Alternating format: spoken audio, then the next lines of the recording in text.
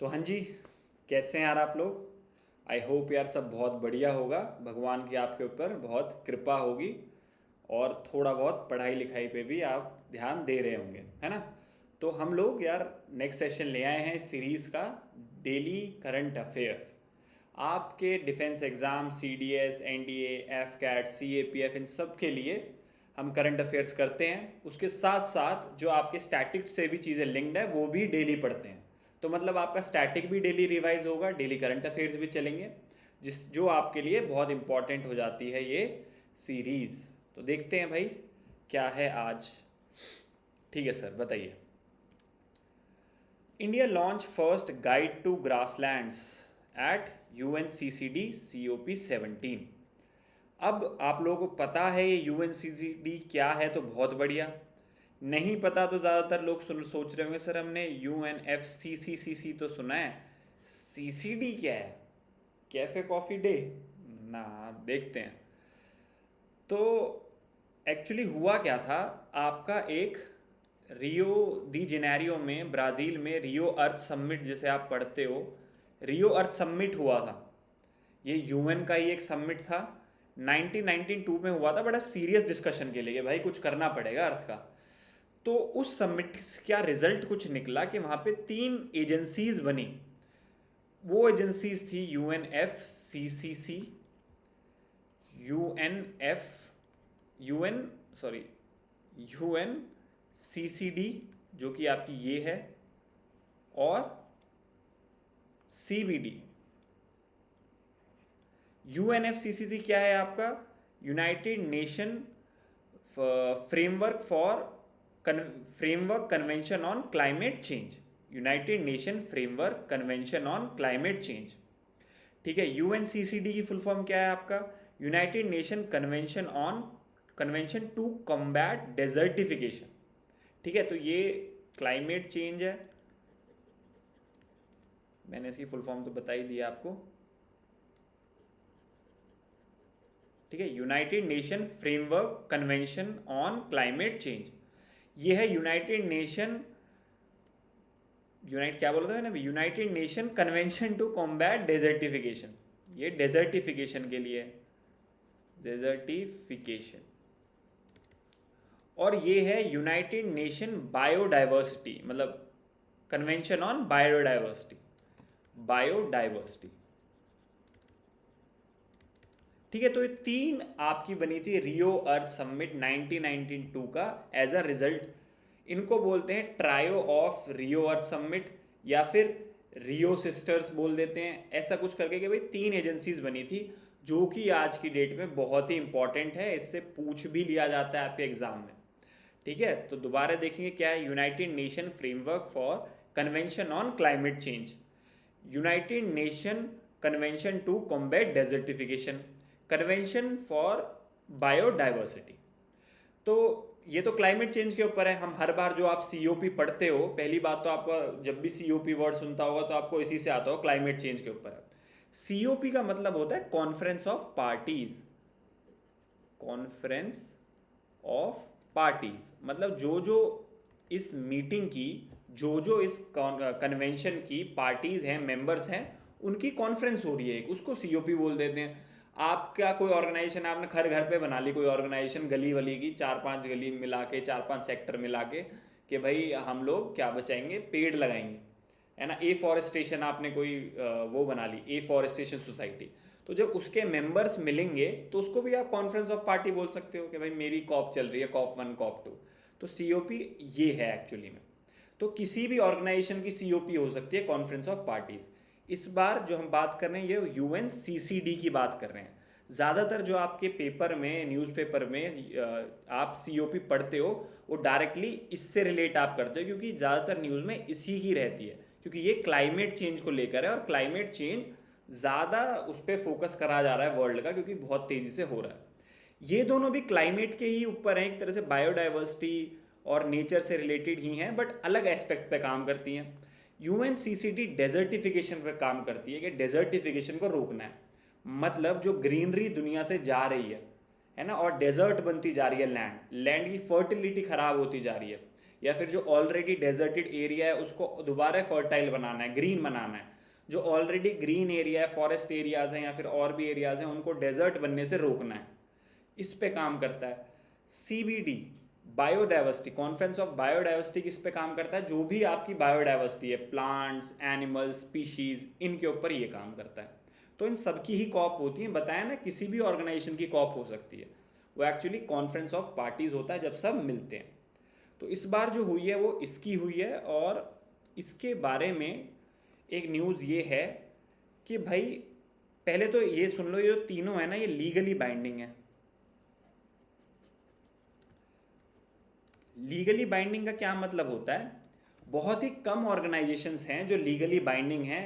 जो भी उनके मेंबर्स हैं उनको कोई टारगेट सेट करना पड़ेगा, या फिर मीटिंग में कोई भी बात अगर सबने मानी है, मान लो इंडिया है, चाइना है, सारे मिलके बैठे हैं और सबने मान ली एक बात और एक एग्रीमेंट पे साइन कर दिया कि भाई हम लोग आज से अपने यहाँ पे हर साल 1 लाख पेड़ लगाएंगे, या फिर 10 लाख या फिर 20 लाख पेड़ लगाएंगे हर शहर में, मान लिया हर शहर में हम लोग 5 लाख पेड़ लगाएंगे, इस पे साइन कर दिया। तो फिर ये कॉन्फ्रेंस पूछेगी उन कंट्रीज से कि भाई आपने वो पेड़ लगाए हैं कि नहीं लगाए। ये जो कॉन्फ्रेंस है लीगली बाइंडिंग है, हम आपसे पूछ सकते हैं, आप पे एक तरह से क्वेश्चनेबल हो, आप आंसरेबल हो उस चीज़ के कि भाई हाँ हमने इतने पेड़ लगा दिए, आपको बताना पड़ेगा, आपको दिखाना पड़ेगा। और एक्सट्रीम केसेस में पेनल्टीज भी लगा सकते हैं कि भाई इंडिया आपने तो कोई पेड़ नहीं लगाए, आप हमें 10 या 5-10 करोड़ रुपए दो एज अ पेनल्टी। तो लीगली बाइंडिंग का मतलब ये होता है। ज़्यादातर कॉन्फ्रेंसेस लीगली बाइंडिंग नहीं होती, इसलिए उनका मजाक बनाया जाता है कि कॉन्फ्रेंस तो हो रही है बट कोई इसको फॉलो क्यों करेगा, कोई जवाब ही नहीं देता, कोई मानता ही नहीं। बट ये कॉन्फ्रेंसेस लीगली बाइंडिंग हैं, इनका जवाब देना पड़ता है, क्वेश्चंस पूछते हैं, काम करना पड़ता है इसमें। ठीक है सर, बहुत बढ़िया। आपका जो पेरिस क्लाइमेट एग्रीमेंट है वो भी लीगली बाइंडिंग है ना। तो इसलिए इसीलिए हर साल हम लोग, हर साल 5 साल के अंदर हर कंट्री को अपने गोल्स बताने होते हैं, अपने गोल्स भेजने होते हैं पेरिस कॉन्फ्रेंस के अंदर, पेरिस की कॉप में बताने होते हैं कि भाई अब 5 साल के लिए हम ये इन चीज़ों पे काम करेंगे। और हर 5 साल में अपडेट करनी होती हैं वो चीज़ें, हर 5 साल में बताना होता है कि उन पे कितना काम हो गया है। ठीक है, उनको NDCs बोलते हैं, नेशनली डिटरमाइंड कॉन्ट्रीब्यूशंस। इंडिया ने जो पंच अमृत दिया था, याद है कि हम 2070 तक कार्बन न्यूट्रल हो जाएंगे। 2000 अभी रिसेंटली वो पंच अमृत जो है उसके कुछ अपडेट्स लाए हैं, अपडेट करा गया है, 5 साल हो गए थे, वो 2020 तक का था। ठीक है, तो वैसे ये चीज़ें पता होनी चाहिए, पंचामृत क्या होता है, NDCs क्या होता है। नहीं पता तो आप बस इन क्लासेस को देखते जाओ, पता चल जाएगा। मैं उन पे अभी जाऊंगा नहीं, फिर क्लास पूरी इन्वायरमेंट की बन जाएगी। ठीक है, तो ये लीगली बाइंडिंग होते हैं। क्या होता है लीगली बाइंडिंग, मैंने आपको बता दिया। अब हम UNCCD की कॉन्फ्रेंस हुई थी उसके बारे में बात करते हैं। ये जो कॉन्फ्रेंस है ना, ये बाइनीलियल है, एवरी 2 ईयर होती है, एवरी 2 ईयर्स। बहुत बढ़िया सर। इस बार कहाँ हुई है, जो COP17 हुआ है आपका, ये जो COP17 हुआ है कहाँ पे होता है, मंगोलिया में हुआ है इस बार। मंगोलिया की कैपिटल उलानबतर है ना, मंगोलिया। और क्या पूछता है, इसकी थीम क्या थी, थीम पूछता है। तो थीम मुझे एक बार बताना, थीम आप लोग कमेंट में बताओ, कुछ कंट्रीब्यूट कर मेरे भाई, सुनता मत रहे, थोड़ा देख भी कि क्या सर पूछ रहे हैं उसे बता। ठीक है, तो ये कुछ चीज़ें थी जो मेरे को आपको बतानी थी इसके बारे में। प्लस जो मेन चीज़ है, मेन चीज़ क्या है, मेन चीज़ है कि इंडिया ने इसके अंदर क्या दिया है, फर्स्ट गाइड टू ग्रासलैंड्स दिया है। क्या है ये गाइड टू ग्रासलैंड्स? इंडिया ने बोला है कि यार देखो, फॉरेस्ट और ग्रासलैंड्स अलग अलग चीज़ होती हैं, फॉरेस्ट वर्सेस ग्रासलैंड्स। मतलब पहले क्या होता था कि कोई एरिया है, मान लो ये लैंड एरिया है, इस पे ना पैचेस में थोड़ी बहुत घास है, फिर पेड़ है, फिर थोड़ी बहुत घास है, फिर पेड़ है। तो गवर्नमेंट या फिर कोई भी अथॉरिटी क्या करती थी, या पेड़ लगाने की कोशिश करती थी कि भाई वाह एफॉरेस्टेशन कर दिया हमने, बहुत सारे पेड़ उगा दिए। बट उससे क्या होता था कि वहाँ की बायोडाइवर्सिटी खराब हो जाती थी। मतलब सर पेड़ लगाना तो अच्छी बात है ना, अच्छी बात तो है, पर फॉरेस्ट के लिए अच्छी बात है। कहने का मतलब है कि आप अगर मान लो आप जयपुर या जयपुर में रहते हैं, आपके लिए ठंडक अच्छी होती है, आप लोग एसी चला रहे हैं, मज़ा आ रहा है। आप कश्मीर में चले गए, वहाँ एसी चला दिया भाई, आपने कश्मीर में ऊपर जाके एसी चला दिया, तो आप कहोगे यार यहाँ तो नहीं बन रही बात, वहाँ के लोगों को बोला आप एसी चलाओ, क्यों चलाएं भाई वो। तो हर जगह की एक अलग बायोडाइवर्सिटी होती है, अलग कंडीशंस होती है, वहाँ के लोग, वहाँ के जो इनहेबिटेंट्स हैं, एनिमल्स हैं, ऑर्गेनिज्म है, वो उसी पे सूटेबल हैं। तो उनको इतने सारे पेड़ नहीं चाहिए। ग्रास लैंड्स एक अलग ही चीज़ है, वो फॉरेस्ट से अलग है। वहाँ के जानवर जैसे कि आपका ब्लैक बक है, वो ग्रास लैंड्स के अंदर रहता है, फॉरेस्ट में नहीं रहता वो। इंडिया एक वो क्या है, वो इंडियन जैकल है या फिर इंडियन वुल्फ भी ग्रास लैंड्स में रहता है, वो फॉरेस्ट में नहीं रहता। तो जो जहाँ का, तो grass lands is a place, उसको फॉरेस्ट मत बनाओ। यही इंडिया ने बोला है कि ग्रास लैंड्स की एक अपनी इकोलॉजी है, उसको फॉरेस्ट बनाने की हमें ज़रूरत नहीं है, क्योंकि वहाँ के जो एनिमल्स हैं, ऑर्गेनिजम्स हैं, वहाँ का जो पूरा लिविंग स्ट्रक्चर है, वो ग्रास लैंड्स के लिए ही बना है, फॉरेस्ट के लिए नहीं। तो उसी की गाइडलाइंस इंडिया ने दी है पहली बार कि भाई grasslands is a place in itself, उसको फॉरेस्ट से कंपेयर मत करो आप। हर जगह बहुत सारे पेड़ अच्छे नहीं होते, आप एक कमरे में मैंने प्लांट ही प्लांट लगा दिए, पैर रखने की भी जगह नहीं है। तो हर जगह बहुत सारे, forest is a different thing, grass land is a different thing. Grass land की अपनी एक इकोलॉजी है, अपना एक सिस्टम है, उसी की गाइडलाइंस इंडिया ने दी है कि ऐसी ऐसी चीज़ होती हैं ग्रास लैंड्स में, और ऐसी प्लेस ग्रास लैंड्स कही जाती है। बहुत बढ़िया सर, अच्छा लगा सर। ऐसा पेपर में पूछ सकता है कि which country gave first guide to grasslands, ऐसा पूछ सकता है first guides to grassland were presented in which organization, which conference. आप बोलोगे UNCCD। ग्रासलैंड्स की कहाँ पे गाइडलाइंस दी है, जहाँ पे डेजर्ट्स को दूर रखना है, ऐसे ध्यान रख सकते हो। ये चीज़ें आप लोग ध्यान रखोगे, ठीक है गुरुजी। आगे यार ये है कि इन क्लासेस की PDF मैं टेलीग्राम ग्रुप पे अपने शेयर करता हूँ। अदर देन दैट काफ़ी बार क्या होता है कि मैं ना डेली बेसिस पे काफ़ी बार क्लासेस नहीं लाता है। क्यों? क्योंकि हर दिन आपकी ऐसी न्यूज़ नहीं आ रही जो आपके एग्ज़ाम में पूछी जाएगी। ये UPSC प्रीलिम्स या UPSC CSC नहीं है कि हर न्यूज़ इंपॉर्टेंट है। यहाँ बड़ी सिलेक्टिव न्यूज़ पढ़नी है आपको। तो ये देख के परेशान मत हुआ करोगे सर डेली क्यों नहीं ला रहे क्लास, सर शायद लापरवाही कर रहे हैं। नहीं, मैं लापरवाही नहीं कर रहा, मेरी तरफ से सब सही चल रहा है। कभी कभी 2 या 3 दिन में मेरे को 3-4 न्यूज़ मिलती हैं जो आपको पढ़ाने लायक होती है, तो 2-3 दिन में क्लास लाता हूँ। कभी हर दिन होती है, कभी 2 दिन छोड़ के होती है। तो वो सारी चीज़ें मैं टेलीग्राम ग्रुप पे बताता रहता हूँ, PDF शेयर करता रहता हूँ उन क्लासेस की। कहने का मतलब है रेगुलर बेसिस पे क्लास लेने के बाद PDF से ज़रूर रिवाइज़ करना है, और ये क्लासेस की अपडेट्स लेने हैं। काफ़ी बार सिर्फ एक ही न्यूज़ होती है दिन की, उसका मैं इन्फॉर्मेशन टेलीग्राम ग्रुप पे ही डाल देता हूँ, वो इंपॉर्टेंट है। तो टेलीग्राम ग्रुप पे आप जुड़ ही जाइए अगर आपको ये क्लासेस सही लग रही हैं तो। व्हाट्सएप पे आपकी कोई डाउट है, कोई भी चीज़ है, कोई भी चीज़ है, आप पूछ सकते हैं, ठीक है। नेक्स्ट है नेशनल स्पोर्ट्स अवार्ड, अभी अनाउंस हुए हैं। तो क्या सर स्पोर्ट्स अवार्ड याद रखना है किसको क्या मिला है? नहीं, कुछ नहीं याद रखना, मैं बस इसका स्टैटिक बताने आया हूँ आपको। ये भी तो करते हैं ना हम इस सीरीज़ में, स्टैटिक। स्पोर्ट्स अवार्ड से काफ़ी चीज़ें आप ये पूछ लेते हैं। क्या हो रहा है, चलो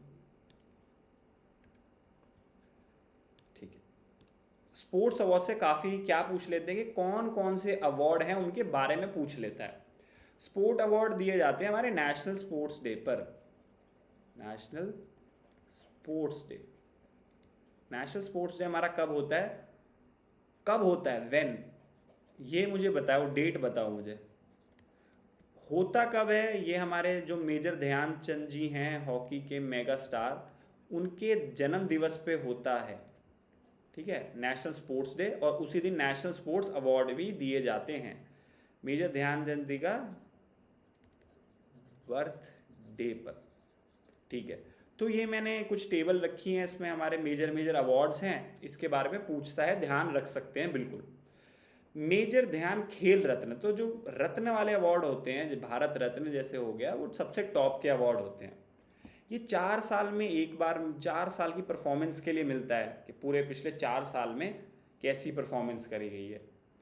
इसमें 25 लाख रुपए मिलते हैं, ठीक है, तो ये ध्यान रखेंगे।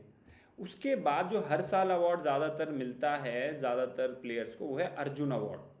मेजर खेल रत्न तो बहुत ही बड़े मेगा स्टार्स को मिल गया। खेल रत्न अर्जुन अवार्ड मान लो ओलंपिक गोल्ड ले आया आप, ओलंपिक मेडल लिया है कोई, तो खेल अर्जुन अवार्ड आपको मिलेगा ही मिलेगा। तो अर्जुन अवार्ड में तो अगर 2 बार ओलंपिक लिया है तो फिर तो खेल रत्न ये ध्यानचंद भी मिल सकता है, क्योंकि इंडिया में अब ओलंपिक अवार्ड बहुत बड़ी चीज़ है। खेल रत्न तो आपको एशियन गेम्स अवार्ड में भी मिल जाएगा अगर आप 2 बार लिया है तो इसमें 15 लाख रुपए मिलते हैं। ये भी लास्ट के 4 साल में आपने क्या परफॉर्मेंस दी है उस पर डिपेंड है। तो एफकैट वगैरह में ज़्यादा पूछ लेता है, सीडीएस वगैरह में भी पूछा है। ये है आपका रेगुलर हर साल जो मिलता है द्रोणाचार्य अवार्ड। ये क्या है, कोचिंग को लेकर, आउटस्टैंडिंग कोचिंग, इसमें 10 लाख रुपए मिलते हैं, कोचिस के लिए है, ठीक है, ये प्लेयर्स के लिए नहीं है। द्रोणाचार्य अवार्ड ये लाइफ टाइम है, ये भी कोचिस के लिए है। जैसे कि प्लेयर्स के लिए खेल रत्न है, ऐसे ही कोचिस के लिए द्रोणाचार्य लाइफ टाइम के लिए, मतलब बहुत बड़े कोई कोच हैं, अपने पूरी लाइफ में उन्होंने उस पर काम करा है 20 साल से प्लस, तो उनको 15 लाख रुपए इसमें मिलेंगे। ये पैसे पूछ रखे हैं एग्जाम में, इसलिए ध्यान रखने हैं।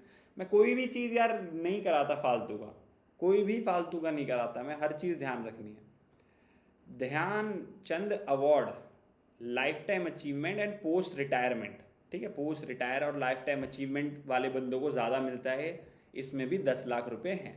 सबसे ज़्यादा कैश प्राइज ऑब्वियसली खेल रत्न में है, उसके बाद आपका अर्जुन अवार्ड और द्रोणाचार्य अवार्ड में है, जो कि गुरुजियों के लिए है, मेरे जैसे गुरुजी ठीक है भाई, ये चीज़ें ध्यान रखेंगे।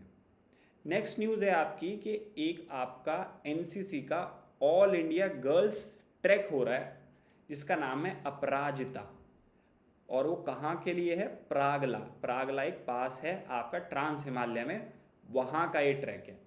तो पहली बार एक ऑल गर्ल ट्रैक हो रहा है हाई एल्टीट्यूड्स पे। इससे पहले भी ऐसा कुछ हुआ है कि भाई आपका mount Everest expedition base camp तक गए हैं, बट ऐसा ट्रैक हाई लेवल पे पहली बार हो रहा है। इसको लीड कौन कर रहा है इस ट्रैक को, ऑब्वियसली लड़कियां तो नहीं जाएंगी, तो इतनी बड़ी लड़कियां नहीं है, एवरेज एज है उनकी शायद 19-20 साल।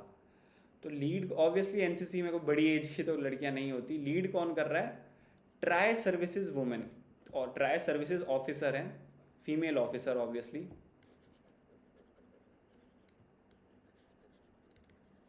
ठीक है, लीड कर रहा है इस ट्रैक को ट्राई सर्विसेज, फीमेल ऑफिसर्स हैं कुछ, वो लीड कर रही हैं, ठीक है। और इसके अंदर ये ध्यान रखना है कि भाई ये परागला कहाँ पे है, परांगला कहाँ पे है, ये आपका ट्रांस हिमालय, हिमालयंस की रेंज है ना, ट्रांस हिमालयाज आता है, फिर greater Himalayas, middle Himalayas, lesser Himalayas, trans Himalayas के अंदर आता है, ठीक है सर। ट्रांस हिमालय, और ये किस किस को कनेक्ट करता है ये भी ध्यान रख सकते हैं। ये कनेक्ट करता है आपका स्पीति वैली को, जो कि हिमाचल प्रदेश में है, स्पीति टू लद्दाख को, ठीक है। ये पास है, पासिस क्या होते हैं, पहाड़ों के बीच में एक रास्ता बना होता है जो एक वैली को दूसरी वैली से कनेक्ट करता है, या फिर एक रीजन को दूसरे रीजन से कनेक्ट करता है, और पहाड़ के बीच से होता हुआ जाता है। ये मैन मेड भी होते हैं, इन्वायरमेंट एजेंट्स भी इनको बना देते हैं, एयर वाटर ये सब थ्रू आउट द ईयर्स। तो इतना तो पता होगा भाई, बट ठीक है मैं बता देता हूँ, पासिस भी नहीं पता तो क्या पता। तो ये ध्यान रखेंगे, कभी भी ऐसी ऑल इंडिया कोई चीज़ होती है गर्ल्स के रिलेटेड, हमारे रक्षा मंत्री ने अनाउंस करी है, आपकी एनसीसी रिलेटेड भी है, आर्मी से फोर्सेस से रिलेटेड भी है, तो इम्पॉर्टेंट हो जाती है। तो दोस्तों अभी के लिए इतना ही है, बाकी मेरे काफ़ी सारे इनिशिएटिव्स चल रहे हैं इसी चैनल पे, तो आप उन सबको बिल्कुल देख सकते हैं, बहुत ही हेल्पफुल हैं आपकी प्रिपरेशन के लिए। तो नेक्स्ट क्लास में मिलते हैं मेरे भाई।